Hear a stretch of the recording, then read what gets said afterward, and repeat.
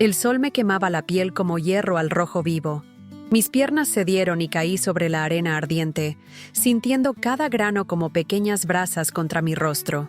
Mi garganta, tan seca que ya no podía ni tragar, suplicaba por una gota de agua que no tenía. El paisaje ondulaba frente a mis ojos, las dunas doradas extendiéndose hacia un horizonte que parecía alejarse con cada pestañeo.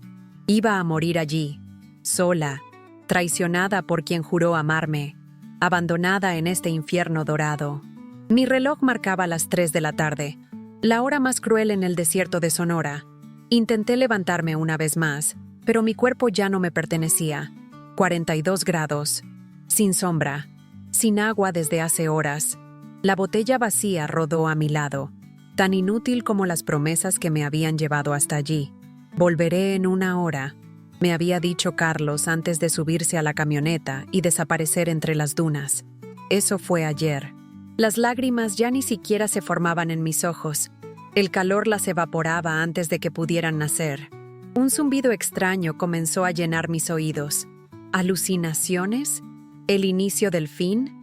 Cerré los ojos, pero una sombra interrumpió el resplandor rojo de mis párpados. Al abrirlos, vi algo imposible. La silueta recortada contra el sol despiadado. Un jinete, un hombre a caballo, inmóvil como una estatua en lo alto de la duna frente a mí. No era Carlos, era alguien más. Alguien que parecía surgido de otro tiempo, con una presencia que el desierto mismo parecía respetar. No sabía entonces que ese momento, ese encuentro, cambiaría todo. Que la persona que yo era, la que había caído derrotada sobre la arena, no sería la misma que se levantaría después. Antes de continuar, si crees que historias como esta merecen ser escuchadas, suscríbete al canal ahora, activa la campanita y comparte este video con alguien que entenderá cada palabra. Esto ayuda mucho para que más personas encuentren este mensaje. Me llamo Elena Fuentes, tengo 32 años y hasta hace 3 semanas trabajaba como fotógrafa de naturaleza para una revista en Ciudad de México. Una vida normal, estructurada, predecible. Una vida que cambió cuando conocí a Carlos Mendoza en una exposición de mis fotografías sobre ecosistemas en peligro. Carlos era encantador, intenso, y hablaba del desierto de Sonora como quien habla de un viejo amigo. Conozco cada recoveco, cada secreto de esas dunas, me aseguró. Prometió mostrarme lugares que ningún fotógrafo había capturado jamás. Formaciones rocosas y oasis escondidos donde las comunidades indígenas locales, incluyendo algunos descendientes apaches, mantenían tradiciones ancestrales. Después de 2 meses de relación, empaqué mi equipo fotográfico, renuncié a mi trabajo y me subí a su destartalada camioneta rumbo al norte. El sueño de capturar la esencia del desierto, su luz única, su soledad majestuosa, me cegó ante las señales de advertencia. Las llamadas que Carlos recibía y contestaba en susurros, las paradas extrañas en pueblos remotos, los paquetes que recogía y guardaba bajo el asiento. Para cuando llegamos al corazón del desierto de Sonora, ya era demasiado tarde, demasiado lejos de cualquier ayuda, demasiado sola cuando la verdad se reveló con la crueldad del sol del mediodía. «Necesito que cuides esto por unas horas», dijo Carlos, entregándome su mochila. Estábamos en medio de la nada, rodeados solo de arena y algunas formaciones rocosas distantes. El calor era abrumador, a pesar de que apenas pasaba el mediodía. «Volveré pronto. Tengo que encontrarme con alguien». Algo en su mirada había cambiado. Ya no era el hombre que me había seducido con promesas de aventuras y descubrimientos. Sus ojos evitaban los míos. Sus manos temblaban ligeramente al pasarme la cantimplora con agua. «¿Con quién vas a encontrarte aquí?», pregunté, sintiendo por primera vez un miedo real trepar por mi espalda. «No hagas preguntas, Elena. Solo espérame». Cuando arranqué la camioneta dejando una estela de polvo, sentí un vacío en el estómago. Saqué mi cámara y tomé algunas fotos del paisaje, tratando de distraerme. Las dunas se extendían como un océano dorado hasta donde alcanzaba la vista. Hermoso, pero implacable. Pasaron 2 horas, luego 4. El sol comenzó su descenso, pero el calor apenas cedía. Busqué sombra bajo una pequeña formación rocosa, racionando el agua. Al anochecer, la temperatura cayó drásticamente. Me cubrí con la chaqueta de Carlos que había dejado en la mochila y fue entonces cuando la encontré. Una bolsa sellada con polvo blanco. Varias bolsas, en realidad. La realidad me golpeó como una bofetada. No era una aventura fotográfica. Era una transacción de drogas. Y yo era el señuelo perfecto. Una fotógrafa inocente que podía justificar su presencia en el desierto. Dormía sobre saltos, abrazada a la mochila y a la cantimplora medio vacía. Al amanecer, Carlos seguía sin aparecer. Decidí caminar hacia donde creía que estaba la carretera más cercana. Una decisión que casi me cuesta la vida. El sol ascendió rápidamente, implacable. Sin la protección de la camioneta, quedé expuesta a su furia. Mi sombrero de ala ancha y la poca agua que me quedaba no fueron suficientes. A mediodía, ya desorientada, comprendí mi error. No había seguido una línea recta. Había estado caminando en círculos. El pánico me invadió. Grité hasta quedarme sin voz, pero solo el viento me respondió. Intenté racionar las últimas gotas de agua, pero la desesperación pudo más. Para media tarde, la cantimplora estaba vacía y mi piel ardía. Los labios partidos sangraban cuando intentaba humedecerlos. Las horas siguientes fueron una pesadilla borrosa. Caí varias veces. Me levanté otras tantas, impulsada por un instinto de supervivencia que se debilitaba con cada paso. Pensé en mi madre, en cómo lloraría cuando encontraran mi cuerpo momificado por el sol. Pensé en Carlos, en cómo me había utilizado, en cómo me había abandonado a una muerte lenta y dolorosa. Cuando finalmente mis piernas cedieron por completo, ya no sentía rabia ni miedo, solo una extraña paz resignada. Me tumbé de espaldas, mirando el cielo azul intenso, tan hermoso y tan cruel. Mi cámara, aún colgada del cuello, capturó mi última foto consciente, mi propia sombra alargada sobre la arena, como un delgado hilo de vida a punto de romperse. Fue entonces cuando escuché el sonido, un ritmo sordo contra la arena, cascos de caballo. En mi delirio, pensé que era una alucinación, un último regalo de mi cerebro moribundo. Pero la sombra que interrumpió el sol sobre mi rostro era real. El hombre que desmontó y se arrodilló a mi lado, tocando mi frente con manos ásperas pero gentiles, era real. No entendí sus primeras palabras. Hablaba en una lengua que no reconocí. Luego, en un español con acento peculiar, me preguntó, ¿puedes moverte, mujer pálida? Sus facciones marcadas, sus ojos negros e intensos, el cabello largo recogido con una banda roja. No era una visión, era un apache, un hombre del desierto que había aparecido de la nada como un espejismo hecho carne. Si has sentido alguna vez que la vida te abandonó en tu momento más vulnerable, sigue conmigo. Esta historia puede tocarte más de lo que imaginas.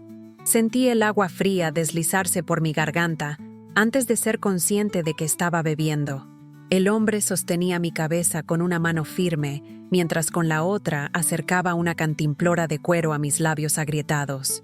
Despacio, dijo cuando intenté beber con desesperación. El agua es vida en el desierto, pero puede matar si llega demasiado rápido a un cuerpo sediento. Me incorporé lentamente. El mundo giraba a mi alrededor como un carrusel enloquecido. El apache, aún me costaba creer lo que veían mis ojos, se mantenía en cuclillas frente a mí, observándome con una mezcla de curiosidad y cautela. Su caballo, un mustang de pelaje cobrizo, esperaba paciente a unos metros. ¿Cómo te llamas?, preguntó mientras humedecía un paño y lo colocaba en mi nuca. «Elena», logré responder, mi voz apenas un susurro rasposo. «Elena Fuentes». «Yo soy Nahil Sai», respondió simplemente, sin apellido, sin explicaciones. Cuando intenté ponerme en pie, mis piernas fallaron nuevamente. Sin decir palabra, Nahil Sai me cargó como si no pesara nada y me subió al caballo. Luego montó detrás de mí, sujetándome con un brazo mientras tomaba las riendas con la otra mano. «¿A dónde vamos?», pregunté, tratando de orientarme en la inmensidad dorada que nos rodeaba. «A donde hay sombra y agua», respondió. «Preguntas para después». Cabalgamos durante lo que pareció una eternidad. El sol comenzaba a descender, pintando las dunas de tonos cobrizos y púrpuras. Mi mente fluctuaba entre la conciencia y un estado de sopor donde los límites de la realidad se desdibujaban. En esos momentos de claridad, me preguntaba quién era realmente este hombre, por qué me ayudaba, cómo había sobrevivido un apache en estas tierras modernas que tanto habían cambiado desde los tiempos de sus ancestros. Finalmente, llegamos a una formación rocosa que se alzaba como una isla en el mar de arena. Entre las piedras, oculto a simple vista, había un pequeño cañón que conducía a un área protegida del viento y del sol. Un refugio natural donde crecían algunos arbustos resistentes alrededor de un pequeño manantial. «Aquí estaremos a salvo esta noche», dijo Nahilsai mientras me ayudaba a desmontar. Me recosté contra una roca, observándolo mientras desencillaba al caballo y encendía un pequeño fuego con una destreza que hablaba de años de práctica. Sus movimientos eran económicos, precisos, sin un gesto innecesario. «¿Cómo me encontraste?», pregunté finalmente. Nahilsai levantó la vista del fuego. La luz anaranjada acentuaba los rasgos angulosos de su rostro, las líneas que el sol y el tiempo habían tallado en su piel. «El desierto habla a quien sabe escuchar», respondió. «Vi huellas de camioneta que se detenían. Luego, tus pasos en círculos. El desierto me dijo que alguien estaba perdido». Mientras preparaba una infusión de hierbas que había recogido en el camino, le conté sobre Carlos, sobre cómo me había abandonado, sobre la mochila con las drogas que había dejado conmigo. Nahilsai escuchó en silencio, su rostro impasible. Cuando terminé, me ofreció la infusión humeante en un viejo jarro de metal. «Narcotraficantes», dijo con desprecio, «envenenan la tierra sagrada con su codicia. No es la primera vez que abandonan a alguien así». Bebí la infusión amarga que, sorprendentemente, calmó el ardor en mi garganta y el dolor palpitante en mi cabeza. «¿Vives aquí, en el desierto?», pregunté, incapaz de contener mi curiosidad. Una sonrisa fugaz cruzó su rostro. «No como piensas. No soy un fantasma del pasado. Tengo una casa en la reserva, a 2 días de aquí. Trabajo como guía y guardián. Conozco este desierto mejor que nadie porque es la tierra de mis antepasados». En la penumbra del atardecer, mientras las estrellas comenzaban a encenderse en el cielo con una claridad que nunca había visto en la ciudad, Nahilsai me contó fragmentos de su vida. Había servido en el ejército estadounidense, había estudiado en la universidad, pero había regresado a su tierra cuando comprendió que el desierto lo llamaba, que su deber era protegerlo. «Mi padre me enseñó los antiguos caminos», explicó, «los lugares donde el agua se esconde, donde los espíritus del desierto susurran. No importa cuántos años viva en el mundo moderno, eso nunca lo olvidaré». Esa noche, envuelta en una manta que Nahilsai había sacado de sus alforjas, miré las estrellas a través de la abertura del cañón y lloré en silencio, por mi ingenuidad, por la traición, por haber estado tan cerca de la muerte, pero también, extrañamente, por una sensación de gratitud que empezaba a germinar en mi pecho. Al amanecer, la fiebre me asaltó con violencia. Mi cuerpo, deshidratado y quemado por el sol, finalmente sucumbía a las consecuencias de mi exposición al desierto. Temblaba incontrolablemente, a pesar del calor que ya comenzaba a crecer. Nahilsai puso una mano en mi frente y frunció el ceño. «Tenemos que llevarte a un médico», dijo con preocupación. Intenté levantarme, pero el mundo se oscureció a mi alrededor. En la bruma de la semiconciencia, sentí que me cargaba nuevamente hasta el caballo.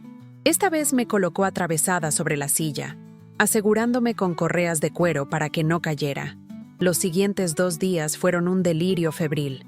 Recuerdo fragmentos: el trote constante del caballo, el calor abrasador durante el día, el frío cortante en la noche, la voz de Nahilsai hablándome a veces en español, a veces en su lengua nativa, sus manos ásperas pero gentiles limpiando mi rostro con agua fresca, obligándome a beber cuando recuperaba momentáneamente la conciencia. En uno de esos momentos de lucidez, reuní fuerzas para preguntar: «¿Por qué me ayudas? No me conoces». Nahilsai, que guiaba al caballo a pie para no agotarlo con nuestro peso combinado, me miró con una intensidad que atravesó la niebla de mi fiebre. Mi gente entiende el valor de cada vida, respondió con sencillez. El desierto te puso en mi camino. Eso es suficiente razón. Recuerdo haber pensado en Carlos, en cómo me había usado y abandonado, y en este extraño que arriesgaba su propia seguridad por una desconocida. La ironía me habría hecho reír si hubiera tenido fuerzas. Al atardecer del segundo día, cuando la fiebre alcanzó su punto más alto, tuve una visión. O quizás fue un sueño. Vi a mi abuela, muerta hace años, caminando a mi lado. Me hablaba en susurros sobre la fuerza que no sabía que tenía, sobre cómo esta prueba me mostraría mi verdadero ser. A veces, decía su voz en mi cabeza, necesitamos perdernos completamente para encontrarnos. Cuando abrí los ojos, el sol se había puesto y estábamos en un lugar diferente. No más dunas, sino un terreno rocoso con vegetación dispersa. A lo lejos, pude distinguir luces. Civilización. Casi llegamos, dijo Nahilsai, notando que había despertado. Hay una clínica en el pueblo. Te atenderán allí. ¿Qué pueblo es? Pregunté con voz débil.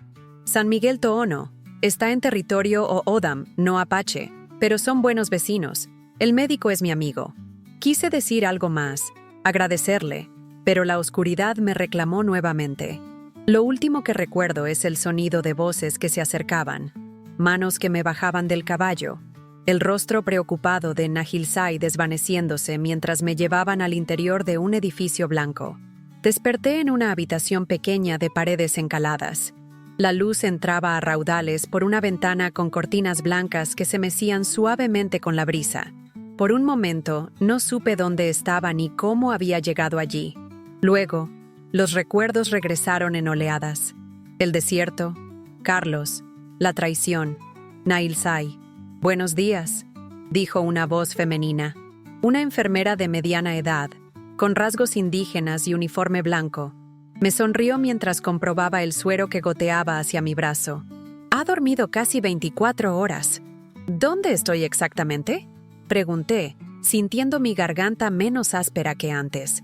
«En la clínica comunitaria de San Miguel Toono.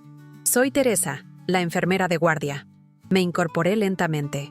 El mareo había desaparecido, pero me sentía débil, como si hubiera corrido una maratón. «¿Y el hombre que me trajo?» «Nahilsai». Teresa asintió. «Estuvo aquí toda la noche, vigilando.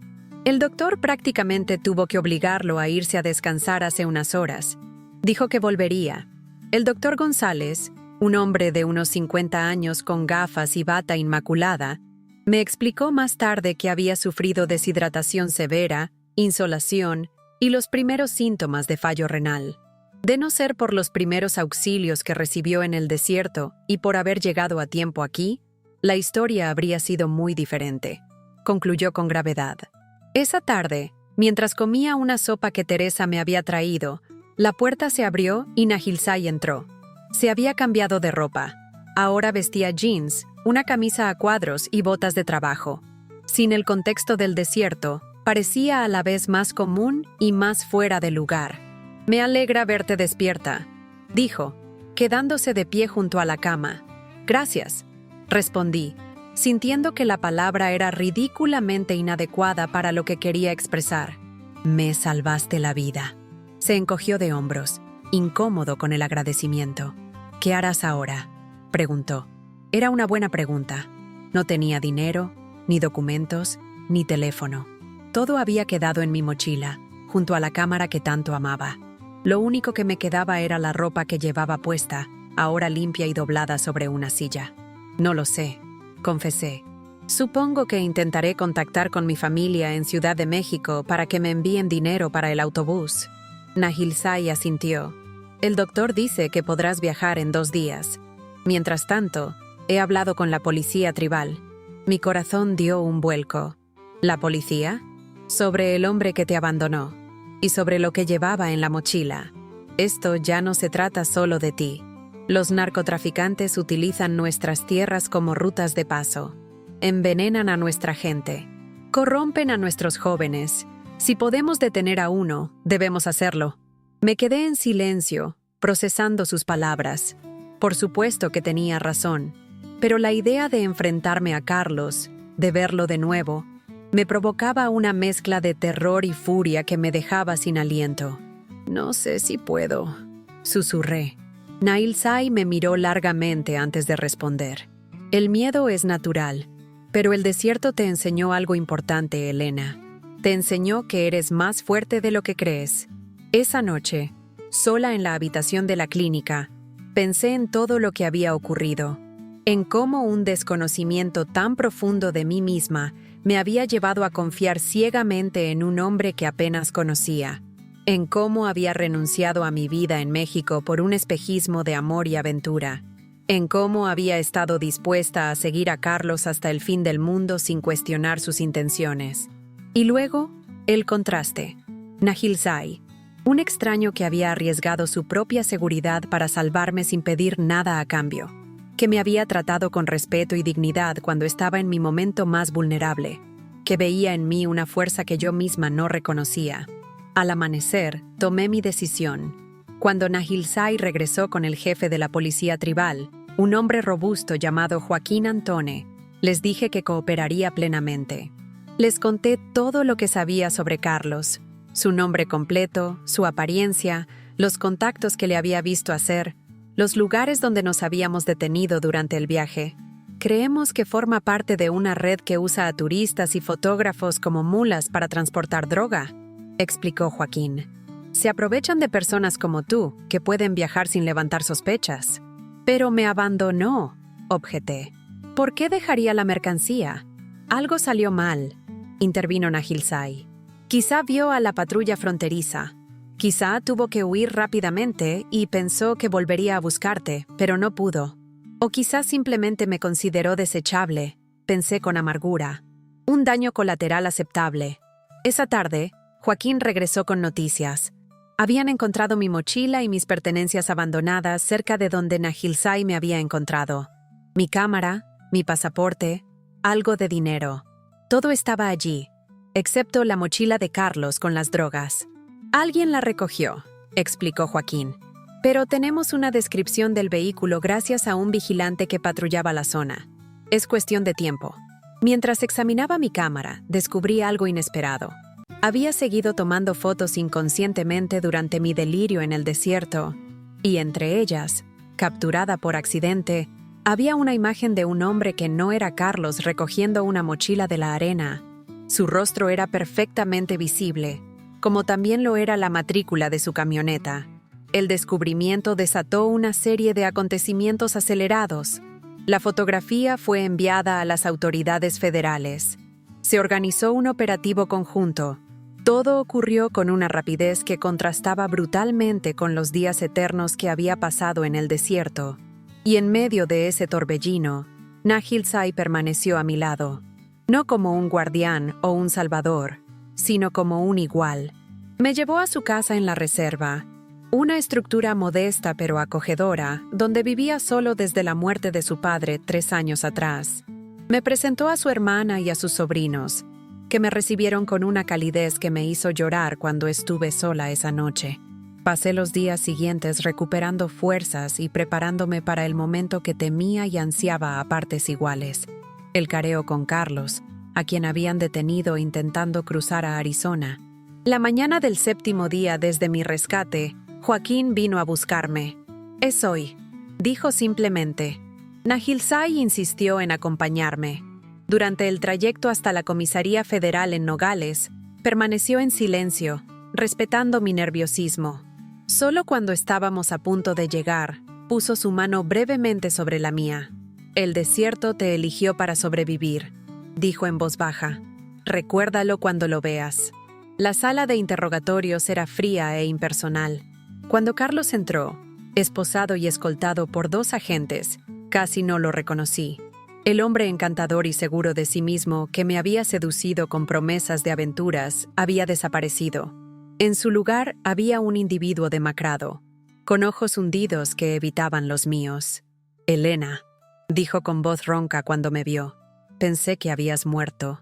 Sentí que algo se rompía dentro de mí. No era dolor ni rabia.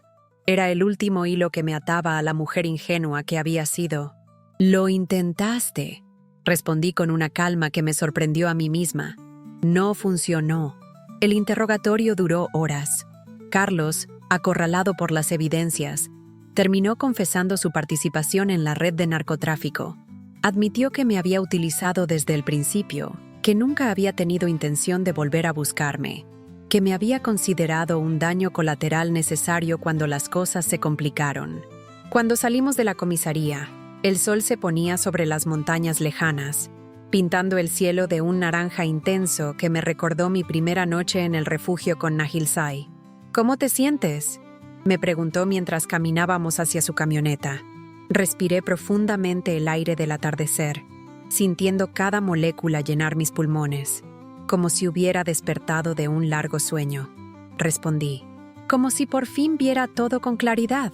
Nahilsai sonrió, una sonrisa plena que transformó su rostro usualmente serio. El desierto tiene ese efecto en las personas. Te desnuda hasta el hueso. Te muestra quién eres realmente. Esa noche, sentados frente al fuego en el patio de su casa, bajo un cielo tachonado de estrellas, le pregunté si podía enseñarme más sobre el desierto. No como una turista o una fotógrafa buscando la toma perfecta, sino como alguien que quería entender su verdadera naturaleza, sus peligros y sus bellezas, sus lecciones. El desierto no es amable con los impacientes, me advirtió. Aprender sus secretos lleva tiempo. Tiempo es lo que tengo ahora, respondí, sintiendo una extraña paz al pronunciar esas palabras.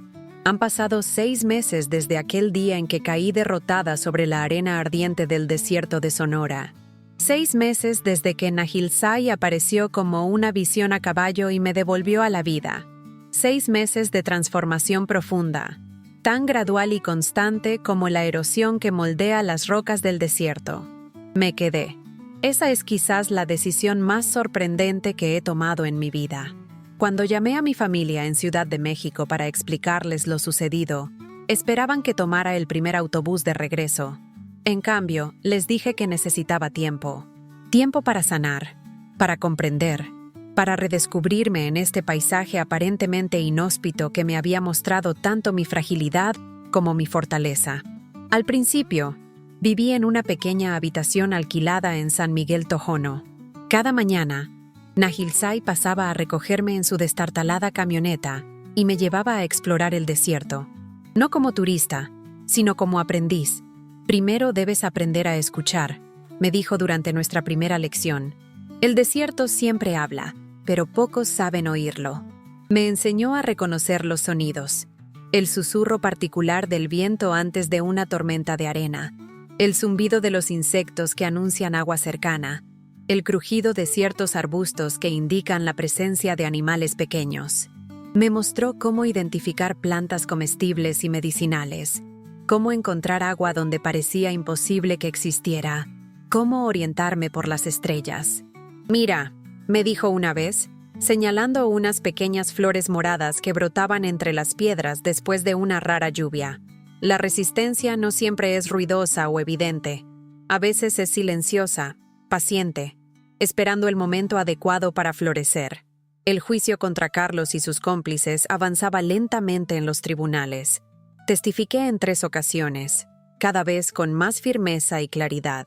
Ya no sentía miedo al enfrentarme a él, solo una extraña compasión mezclada con determinación. Su red de narcotráfico había sido desmantelada gracias, en parte, a las evidencias que había proporcionado. Las autoridades me aseguraron que pasaría muchos años en prisión. Nunca busqué venganza, le confesé a Nahilsai una noche mientras observábamos las estrellas desde una colina cercana a la reserva. Solo justicia. Y quizás entender por qué hizo lo que hizo. Algunos hombres están vacíos por dentro, respondió él. Intentan llenar ese vacío con dinero, poder o dominando a otros. Pero el vacío siempre vuelve. Poco a poco, comencé a tomar fotografías nuevamente. No las postales turísticas que había imaginado cuando seguía a Carlos, sino imágenes que capturaban la esencia profunda del desierto y sus habitantes.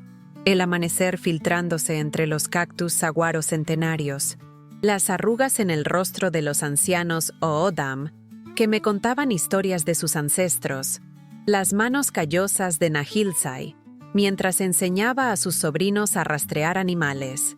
Organicé una pequeña exposición en el Centro Cultural de la Reserva. Para mi sorpresa, un editor de una revista de fotografía documental que pasaba por la zona asistió y me ofreció publicar mi trabajo. «Estas fotos cuentan una historia que pocos conocen», me dijo. «La verdadera alma del desierto y su gente». La relación con Nahilsai evolucionó de manera tan natural como el cambio de las estaciones. Primero fue mi salvador, luego mi maestro, luego mi amigo, y finalmente, algo más profundo y complejo. No fue un romance de película, con declaraciones grandilocuentes o momentos dramáticos. Fue más bien como un manantial que emerge lentamente entre las rocas. Primero unas gotas, luego un hilillo de agua, hasta convertirse en un flujo constante y vital. La primera vez que me besó fue después de una tormenta particularmente violenta, que nos obligó a refugiarnos en una cueva. Empapados y agitados por la carrera para ponernos a salvo, nos miramos y rompimos a reír. Y en esa risa compartida, en ese momento de vulnerabilidad y confianza absoluta, algo se transformó entre nosotros. «He estado esperando este momento», dijo simplemente, antes de acercar su rostro al mío. Con el tiempo, me mudé a su casa en la reserva. Una decisión que sorprendió a algunos miembros de la comunidad, pero que fue acogida con respeto. Los ancianos, especialmente, parecían entender algo que yo apenas comenzaba a vislumbrar, que el desierto nos había unido por una razón que trascendía lo casual. 3 meses después de mi llegada, recibí una oferta para documentar las luchas de las comunidades indígenas por preservar sus tierras ancestrales frente a proyectos mineros y turísticos depredadores. El trabajo implicaba viajar por todo el suroeste de Estados Unidos y el norte de México, pero con base en la reserva. «Deberías aceptarlo», me dijo Nahilsai sin dudar. «Tu cámara puede ser un arma poderosa para nuestra causa». «¿Nuestra causa?», pregunté, notando el posesivo. Sonrió, con esa sonrisa que aún hacía que mi corazón se acelerara. «Tú elegiste quedarte. El desierto te eligió a ti. Ahora eres parte de esto, Elena». Y tenía razón. Sin darme cuenta, me había convertido en defensora de este paisaje que una vez me pareció tan hostil. Había aprendido a amar su belleza austera, a respetar sus peligros, a valorar la sabiduría de quienes lo habían habitado durante milenios. Acepté el trabajo. Durante los siguientes meses, documenté ceremonias sagradas, siempre con permiso y respeto, protestas contra compañías mineras, esfuerzos de conservación ambiental. Mis fotografías comenzaron a aparecer en publicaciones internacionales, acompañadas de textos que escribía cada noche, a la luz de una lámpara, mientras Nahilsai dormía a mi lado. Una tarde, regresando de un viaje de 2 semanas a la Sierra Madre, le pedí a Nahilsai que me llevara al lugar exacto donde me había encontrado aquel día fatídico. Necesitaba cerrar el círculo, enfrentarme a ese espacio no como víctima, sino como sobreviviente. Cabalgamos en silencio hasta las dunas. El sol era tan implacable como lo recordaba, pero ya no me inspiraba terror. Había aprendido a respetarlo, a protegerme de él, a entender su papel en el equilibrio del desierto. Cuando llegamos al punto aproximado donde había caído, desmontamos. Saqué mi cámara y tomé una fotografía. Mi propia sombra proyectada sobre la arena dorada, pero esta vez erguida, firme. La sombra de Nahilsai se unió a la mía, y capturé ese momento también. «Aquí morí y renací», dije en voz baja. La mujer que era ya no existe. Nahilsai me tomó de la mano, sus dedos entrelazándose con los míos con la familiaridad que da el tiempo compartido. Las historias de mi pueblo hablan de personas que son elegidas por el desierto, que son llevadas al borde de la muerte para que puedan ver con claridad. No todos sobreviven a esa prueba. Tú sí. Esa noche, acampamos bajo las estrellas. Mientras el fuego crepitaba y la temperatura descendía bruscamente como solo ocurre en el desierto, Nahilsai sacó algo de su alforja. Una pequeña caja de madera tallada con símbolos apache. «Esto pertenecía a mi abuela», dijo, ofreciéndomela. «Ella era una mujer que cruzó entre 2 mundos, como tú». Dentro había un collar de cuentas de turquesa y plata, hermoso en su sencillez. Me lo puso alrededor del cuello con una solemnidad que me conmovió profundamente. En nuestra tradición, explicó, no necesitamos ceremonias elaboradas para reconocer un vínculo, solo la verdad compartida entre dos personas y testigos.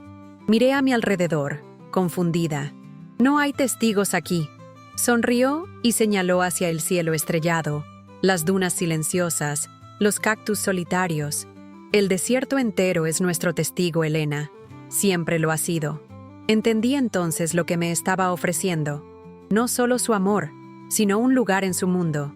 Una pertenencia que había buscado toda mi vida sin saberlo. Hoy, mientras escribo estas líneas en el porche de nuestra casa, observo el desierto extenderse hasta el horizonte.